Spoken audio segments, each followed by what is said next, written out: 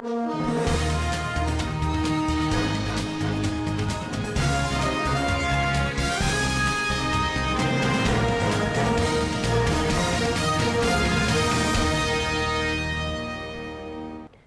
of Sokoto says the month of Zulhijjah has been cited in Nigeria. President Bola Tinubu tasked press to hold government accountable to the citizenry. National Drug Law Enforcement Agency nabs 2 suspected drug kingpins, arrest female pharmacist in Kaduna State. And in business news, Nigerians react to Latin market set currency exchange rate. And in international scene, Antony Blinken went to China to improve relations with America. And on sports updates, Osimhen scores brace as Nigeria beats Australian to clinch AFCON 2023 tickets. Hello and thanks for joining us. That was the headlines for Standard Voice Television News. I am Rahama Ibrahim Bissell with the news info. His Highness the Sultan and Chairman of the Supreme Council of Islamic Affairs, Alhaji Muhammad Saad Abubakar III, has announced Monday, June 19, 2023 as the first day of the month of Zulhijjah in Nigeria. As a result of the sighting of the new moon on Sunday, this means that Wednesday, June 28, will be the day of Eid al-Adha in Nigeria. This was contained in a statement issued by the Moon Sighting Committee on Sunday evening. In a related development, in a statement published on Haramain Sharafain's Facebook page, the Saudi authorities said that Tuesday, June 27th is the day of fasting Arafah and Wednesday, June 28 is the day of Eid al-Kabir in Saudi Arabia.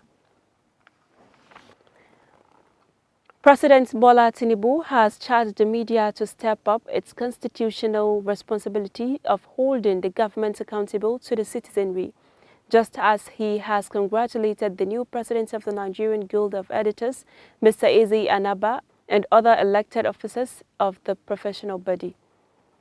The president, in a statement entitled "As Journalism Marches on in the Service of Nigeria," issued by his special advisor on special duties, Mr. Dele Adeleke, described the recent biennial convention of the Nigerian Guild of Editors as an epochal milestone in the evolution of the journalism profession in the country.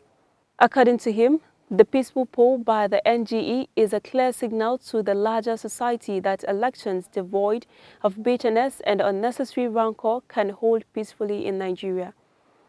He charged the media to step up its constitutional responsibility of holding the government accountable to the citizenry and also promised to collaborate with the press in the task of realizing the lofty ideas of developing the country.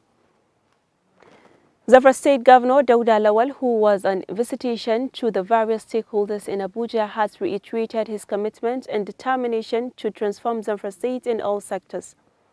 In a press release signed and made available to newsmen by the Director General, Media and Communication Office of the Governor, Malam Nuhu Salihu Anka, said Governor Dauda has visited Defense Headquarters, Universal Basic Education Commission, UBEC, for security and educational developments of the state.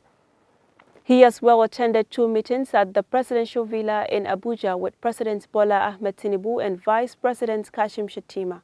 The Executive Governor of Zamfara State, Dauda Lawal, has been in Abuja, the nation's capital, as part of his determination and commitment to partner with relevant authorities and stakeholders to develop the state in all ramifications in a bid to actualize his mission, Rescue Zamfara. Governor Dauda, while in Abuja alongside other governors of the country, attended the maiden meeting of the National Economic Council, chaired by the Vice President Kashim Shettima at the Presidential Villa, Abuja. The Economic and Financial Crimes Commission, which is fighting against the corruption of the rich, has said that it is not looking for the past immediate governor of Zamfara State, Bello Matawalli. In a statement it published on its Twitter page, the EFCC said it issued this statement after its attention was drawn to a newspaper report it published on Sunday, June 18, which says it is looking for Matawalli. The statement said EFCC has declared Matawalli as a wanted person and asked the DSS to arrest him wherever he is seen. The EFCC said the report is wrong. So far, it has not declared Matawalli as the person it is looking for or asked the DSS to arrest him. The statement added that the agency has a process to define a person as the person it is looking for and has method to inform people that it is looking for him, not by using fake sources. Recently, there has been a conflict between the former governor of Zamfara State and the EFCC, where Matawalli accused the former chairman of the agency, Abdul Rashid Bawa, of committing various types of corruption. Zamfara State pilgrims have been enlightened on the important things to be done within the first 2 days of Zulhijjah. Over to Kusum Muhammad for more on the story. The sermon, conducted by prominent and highly respected Islamic scholars from the state, focused on the importance of the first 10 days of the month of Zulhijjah, that is the month of Hajj exercise. During the tafsir, which has been ongoing since the arrival of the pilgrims to the city of Mecca, Zamfara pilgrims were enlightened and educated on the proper and right ways of performing pilgrimage. The series of lectures being organized by the Zamfara State Hajj Commission to enlighten the pilgrims about Hajj exercise generally on their stay in the two cities of Medina and Mecca throughout the period of the pilgrimage have been of tremendous help to the pilgrims, as many of them lack the basic knowledge of the Hajj exercise. The lecture was delivered by Liman Kabir Umar Maru at Khazai Hotel in Mecca on Sunday night. Both the male and the female pilgrims were given full details on things expected of them to do within these 10 precious days of Zulhijjah. This is also part of the preparations of Day of Arafat, where the pilgrims are expected to converge on the Mount of Arafat for special prayers. They were also urged to shun all sorts of bad behaviors capable of invalidating their Hajj generally, which includes fighting, backbiting, among several others. They were also urged to be given out sadaqah in Mecca, no matter how small it is, in respect of seeking solutions to their loved ones at home, especially those in difficult situations. Kusum Muhammad reporting for Standard Voice Television News. Qatar-based suspected drug kingpins Iya Celestine Namdi, alias Murphy, and Ugoke Peter Oluchiku have been arrested by the operatives of the National Drug Law Enforcement Agency following the interception of their methamphetamine consignment at the Murtala Muhammad International Airport, Ikeja, Lagos. For more on the story, Al-Amin Ibrahim reports. Uke was the first to be arrested on 9th June as DLEA officers discovered that the suspect was traveled to Doha, an Ivorian international passport with the name Hin Nasi. A further scrutiny of his black carry-on luggage led to the discovery of a false bottom, concealment of 2 fossils, and crystalline substance that tested positive of methamphetamine weight 1.00 kg. A further proof led operatives to discover that his Qatar-based senior partner in the trade, simply identified as Murphy, was looking around in Izini. His hometown is Suka local government, Enugu State.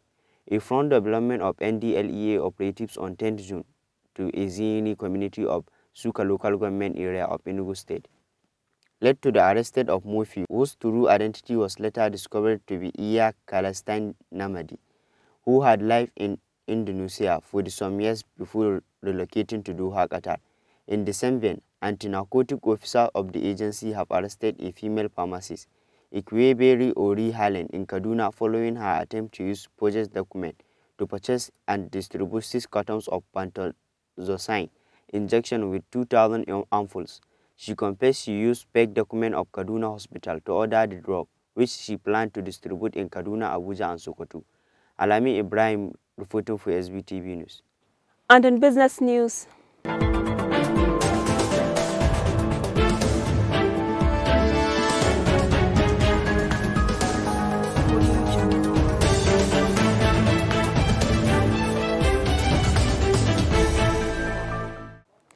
Nigeria's central bank has ended its distorted foreign exchange rate, a move the new government in Africa's biggest economy hopes will help woo investors and stabilize the local currency. The announcement on Wednesday from the Central Bank of Nigeria led to a record fall in the value of the Naira currency to 755 per US dollar. For more on the story, Kusum has more details. Analysts said the move reflects the changes that the new President Bola Ahmed Tinubu has pledged to make to strengthen the ailing economy. Nigeria has for years operated multiple exchange rates for the Naira, with the official exchange rate dictated by the central bank, while a far higher unofficial rate determined the price of imported commodities like wheat, which are priced in dollars. The exchange rates will now be determined by market forces and no longer the central bank, a move that analysts on Thursday said will boost inflows of money and help stabilize an economy battered by surging inflation and the record unemployment rate. But it also is expected to make the price of imported goods more expensive, which could affect many in a country heavily reliant on imports. The multiple exchange rates also meant foreign investors had been forced to sell outside currencies to Nigeria's central bank at the official rate and had been unable to access foreign money amid the country's severe dollar shortage. That has affected many foreign businesses, including international airlines, whose revenues that were trapped in Nigeria amounted to $450 million as of June last year. We've struggled with availability of dollar simply because the CBN was providing for exporters, was providing for medical bills, was providing for business travel at a different price, and was providing for those who were importing also refined products at a different price. So that sort of put all the LCs that have been opened from 8 transactions, put pressure on the CBN not having enough dollars to meet those demands. What has invariably happened is to say, go to the market. You need dollars, go to the market. And then the market, between the forces of demand and supply, will determine the price. Kulsum Muhammad, SVTV News. And an international scene.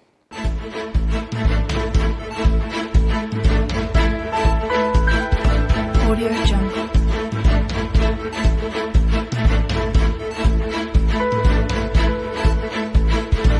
Audio Jungle.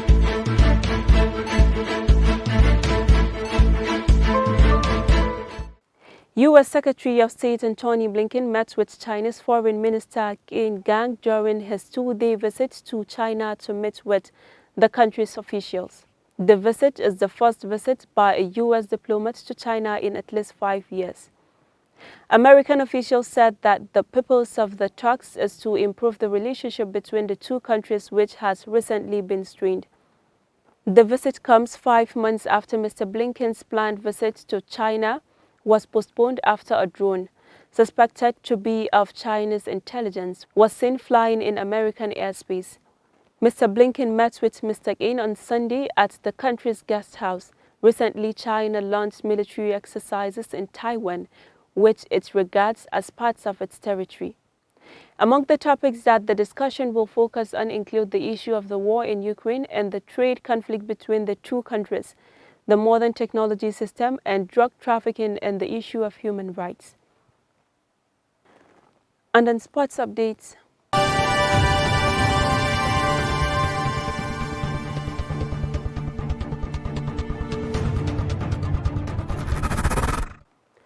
The third goal for Nigeria in the game played at the Samuel Canyon Doe Stadium in Monrovia, Liberia on Sunday was scored by Kelechi Iheanacho.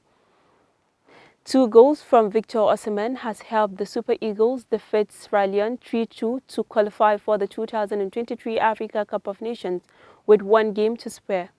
The third goal for Nigeria in the game played at the Samuel Canyon Doe Stadium in Monrovia, Liberia on Sunday was scored by Iheanacho Kelechi. And that's all we have for today's package, but before we go, let's take a recap at the major headlines. Sultan of Sokoto says the month of Zulhijjah has been cited in Nigeria. President Bola Tinubu tasked press to hold government accountable to the citizenry. National Drug Law Enforcement Agency nabs 2 suspected drug kingpins, arrest female pharmacists in Kaduna State. And in business news, Nigerians react to Latin market set currency exchange rate. And in international scene, Antony Blinken went to China to improve relations with America. And on sports updates, Osimhen scores brace as Nigeria beats Australia to clinch AFCON 2023 tickets. And that was a recap for the major headlines for Standard Voice Television News. On behalf of the production team, Head of News and Current Affairs, I am Rahama Ibrahim Disa, saying bye for now.